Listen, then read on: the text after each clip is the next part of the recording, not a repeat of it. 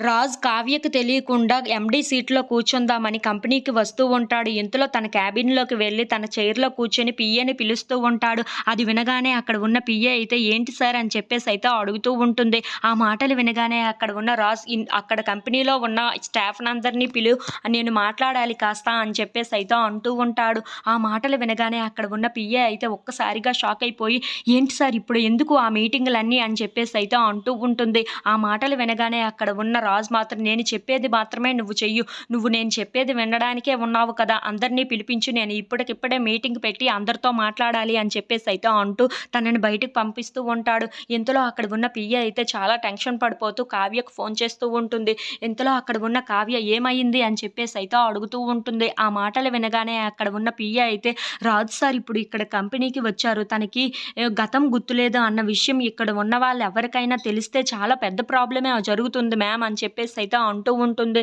ఆ మాటలు వినగానే అక్కడ ఉన్న కావ్య అయితే ఒక్కసారిగా షాక్ అయిపోయి ఏంటి రాజు అక్కడికి వచ్చారా అని చెప్పేసైతే అనుకుంటూ చాలా భయపడిపోతూ ఉంటుంది. ఇంతలో అక్కడ ఉన్న పిఏ మాత్రం మీరే ఏదో ఒకటి చెయ్యండి మేడం. లేదంటే ఇక్కడ చాలా గందరగోళం అయ్యే ప్రమాదమే ఉంది.